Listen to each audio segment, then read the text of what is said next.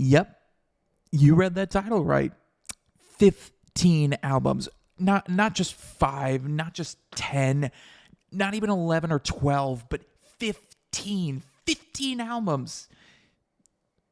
I just couldn't leave any of these off the list and have a clean conscience.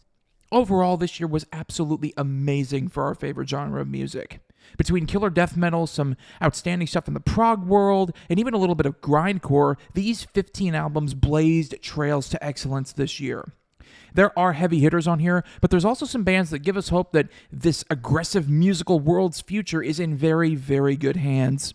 Yes, there are bands on here with differing messages, differing song structures, and just differences, period. But they all had one thing in common. They scored extremely well on our weekly reviews. In the spirit of metallic offerings around the world, this video has only one rule. The albums on here all scored at least a 4 out of 5. If you were below that, then, well, you were either in the middle or you wound up on last week's video. And you didn't want to end up on last week's video. Now, I know it's cliche to say this. Every reviewer says it when they do these end-of-year lists, but obviously I didn't get to hear every single metal album that was released this year. If your favorite's not on the list, I'm sorry. Drop it in the comments. I would love to hear what y'all's favorites were. Some bands dropped albums this year that I wanted to hear, but I haven't gotten around to yet. The biggest example out of that is probably Parkway Drive. Yeah, I haven't heard the new Parkway Drive album in full yet. So, again, if your album's not on here, I'm sorry. And I also do want to stress, this is my opinion. Now sit back, relax, and enjoy as Metallic Reviews presents the 15 best albums of 2022.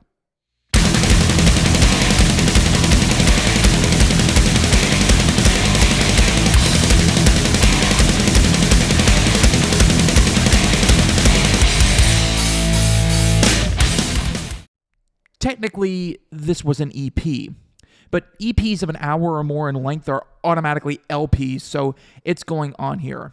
And yes, I'm counting the quote-unquote bonus track in that, but whatever. It got reviewed, therefore it's on this list.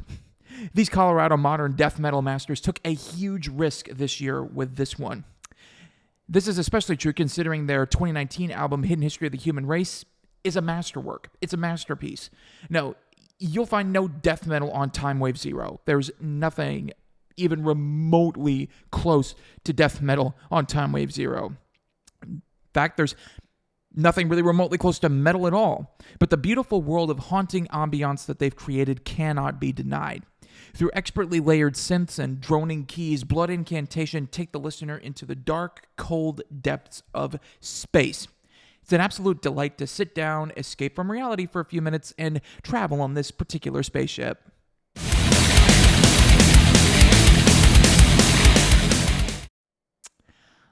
Yes, Virginia's ever-reliable legends of groove and aggression find their way onto yet another best of list.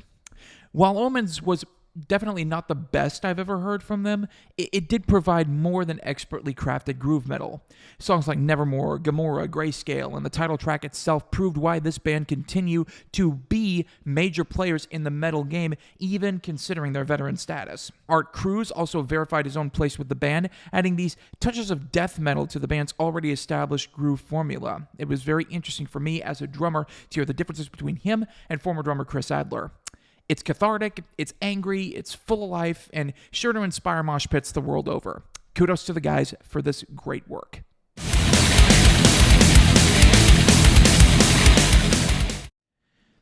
You know, Canada exports some pretty interesting things. Maple syrup, the NHL, and one of my favorite edgelord rock bands, 3 Days Grace, come to mind. However, at the forefront of their metallic offerings is Devin Townsend. Lightwork is an exercise in absolute beauty and completely befitting of this legend. Much as with Blood Incantation from earlier, you won't find much in the way of stereotypical metal on here, but that adds to the album's overall charm. It's a terrific way to cleanse the ears after a death or black metal session. It's also prog metal played to its natural conclusion, where it circles back around on itself and becomes simplistic and minimal. Again, Townsend's career is legendary, and for good reason. Lightwork is really, really befitting of that discography.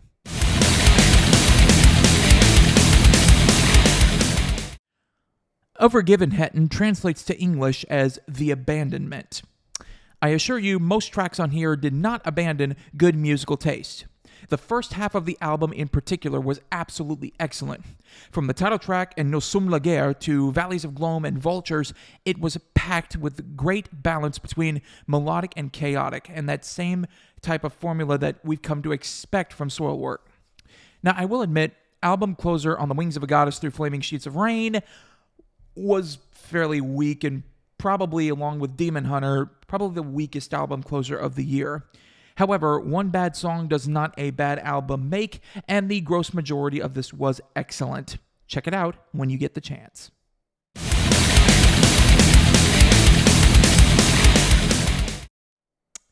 You know, back in 2018, I did a video like this and was absolutely shocked when a grindcore record, namely Pig Destroyer's Head Cage, wound up on this list.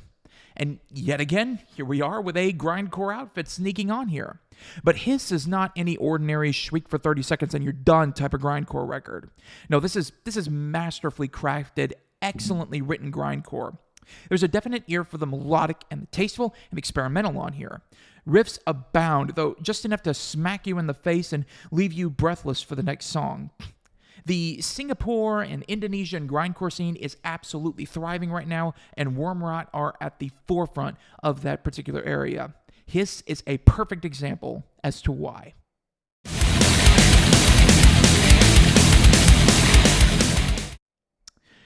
This was an excellent bit of metalcore from Germany's answer to bands like Killswitch Engage, Unearth, and All That Remains.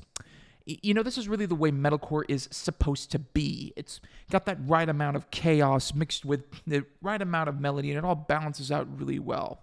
Singable choruses combined with heavier verses to create something that, while not really groundbreaking, is more than enough to satiate any metalcore fan's taste.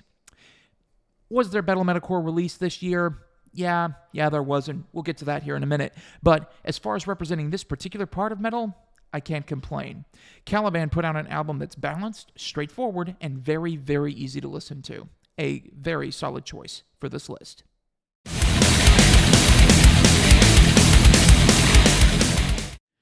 Amon Amarth is one of those bands that shouldn't really work, yet somehow just does. They're one of the most consistent groups of all time, and their new one, The Great Heathen Army, is yet another to add to their legendary Melodeath discography. From album opener Get in the Ring's thunderous aggression to the catchiness of songs like Hydron and Find a Way or Make One, the record espouses a glorious, adventurous feeling. And this is all topped off with precision songwriting that's sharper than any Viking sword to go along with an excellent guest performance from Saxon's Biff Bifford. Yes, Amon Amarth's long ship sailed to an absolute bouncy of an album this year. I, for one, cannot wait to see what they pursue next.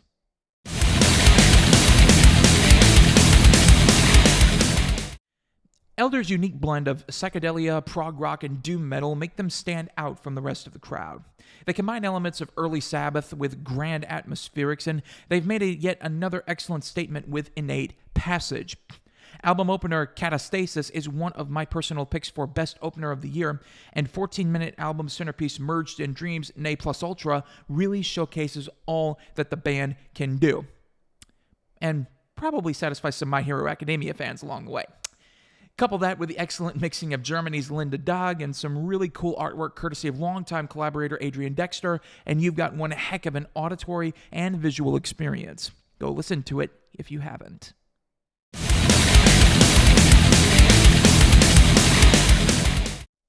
Yeah, we're going to be jumping into power metal for our next entry, and probably one of the bands that gets lambasted for being quote-unquote cheesy the most.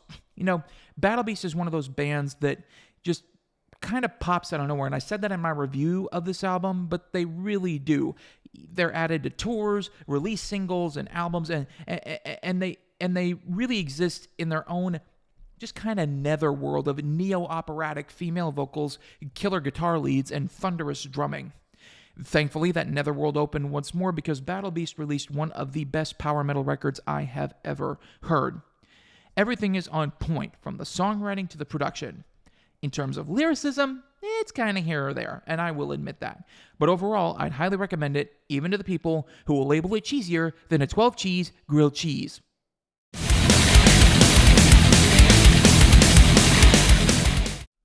Wow. What a comeback. That's all I can say. What a comeback. This record is absolute in its viciousness, enthralling in its heaviness, and a complete barn burner from front to back. Opener Slaughter the Martyr was one of my favorite songs of the year, featuring a spoken word intro before launching into absolutely outstanding thrash. Other standouts include Become the Firestorm, Bloodshot, and the beautiful yet heartrending My Hands Are Empty. Now, this was a record that, honestly, it really needed to happen, both for this band and its fans. Machine Head are often considered legendary, but after the disastrous release of Catharsis, many found themselves wondering if the band had reached its expiration date. With Of Kingdom and Crown, Machine Head have put themselves right back at the forefront of the thrash metal world.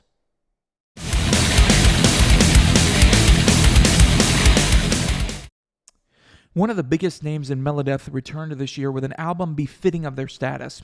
Cover to cover, this was an excellent continuance of the band's recent evolution. Now, this is Melodeath with an emphasis on the melody, which is what helped make it so good.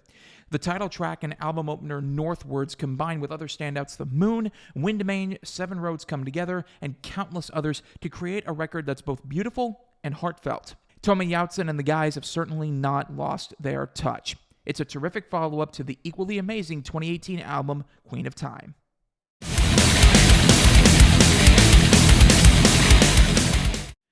You know, Memphis Mayfire have slowly built a career as one of the kings of modern metalcore, yet one of the most vastly underrated bands in the scene today. You know, and they also, much like Machine Head from earlier, were a little bit derided for their previous release. Perhaps not quite as much, but their 2018 effort, Broken, did receive its fair share of detraction. The band went in a bit of a new metal direction, and even had a guest appearance from Christian rapper Andy Mineo. However, Remade in Misery is a terrific return to form. From cover to cover, this is a metalcore release to be praised and lauded. Album opener Blood and Water is infused with infectious classic metalcore catchiness. You could have found this on any album throughout the 2000s. Other standouts like The American Dream, Somebody, and the title track all bring something absolute to the table. Top it all off with an excellent guest appearance from Fire from the Gods' AJ Channer, and you've got one of the best of metalcore this year.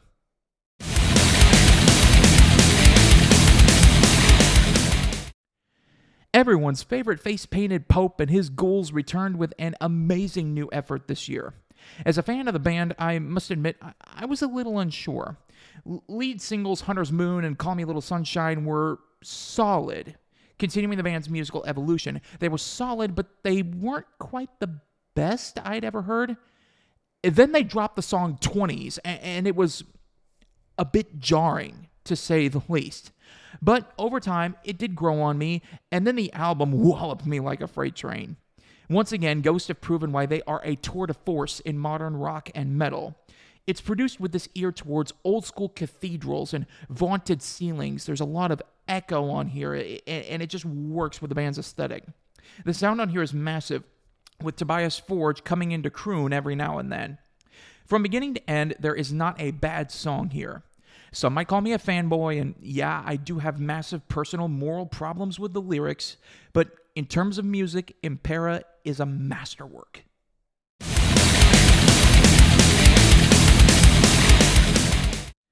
Well, this was a surprise. I don't think anyone expected Architects to be releasing a new one so soon after their smash hit For Those That Wish to Exist. Being a huge lover of that album, I went into this one and automatically began comparing the two. But there's really no comparison. Exist is still better. I'm sorry, For Those That Wish to Exist it's just better.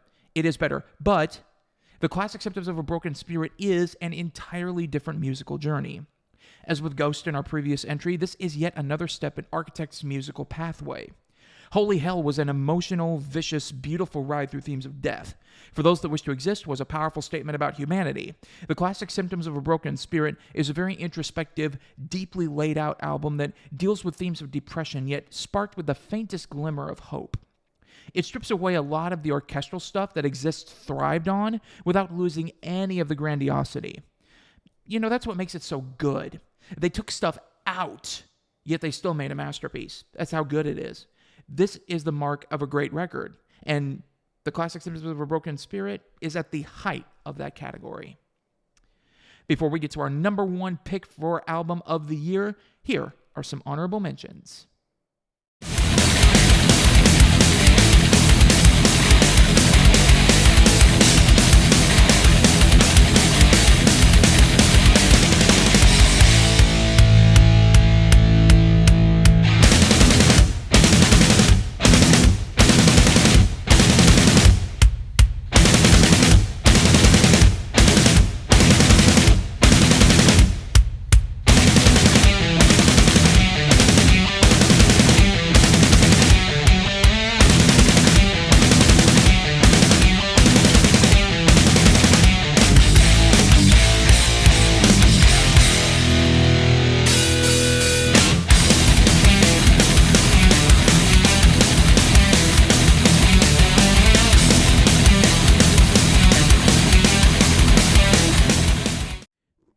Is it cliche for a Christian reviewer to put a Christian band at the top of this list? Yeah, probably. I will admit that. But trust me, this is not done purely out of a need to proselytize. One of the reasons Wolves at the Gate is at the top of this list is because this is a band that, more than even the other two that were previous entries on this list, has truly crafted and shifted their sound over the years. This album is the culmination of all the tweaks and changes they've made. This is vastly different to their earlier stuff. It's a little more accessible, and it's full of more thoughtful, pointed songwriting. But I will admit, the message here was also the best out of any album I've heard. While the music is what vaulted them to the top of this list, I also love their messages of positivity and forgiveness. In 2022, these are sorely needed, and it's great that a band like Wolves at the Gate are able to bring it to the forefront while even touring with some secular groups. This was the album Demon Hunter needed to make, and they didn't. Wolves at the Gate did, and it's an absolute masterclass. From message to music, Eulogies was definitely the best of metal in 2022. Thank you so much for watching. Click like and don't forget to subscribe for more Metallic reviews. Next week, we're breaking. This is holiday break, Christmas break, whatever kind of break you want to say. But the next time we convene here on the old channel, we'll be launching into 2023 with a small release. Honestly, this is probably one of the only things I can find right now that's actually being released that first weekend of January. We're going to be examining a band out of Spain, Sons of Cult, and their new one, Back to the Beginning. I hope you join me. You've been watching Metallic Reviews, where I give honest ratings to honest music. I will see y'all next time.